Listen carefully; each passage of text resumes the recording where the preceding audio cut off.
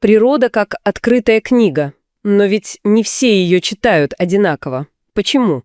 А вот тут, как говорится в информации, все зависит от состояния сердца и ума.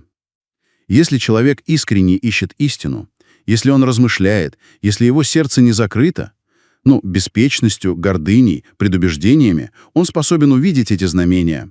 А другие, они смотрят, как сказано, глазами животных. То есть, Видят поверхность, пользуются благами, но не спрашивают, откуда это все, кто это дал,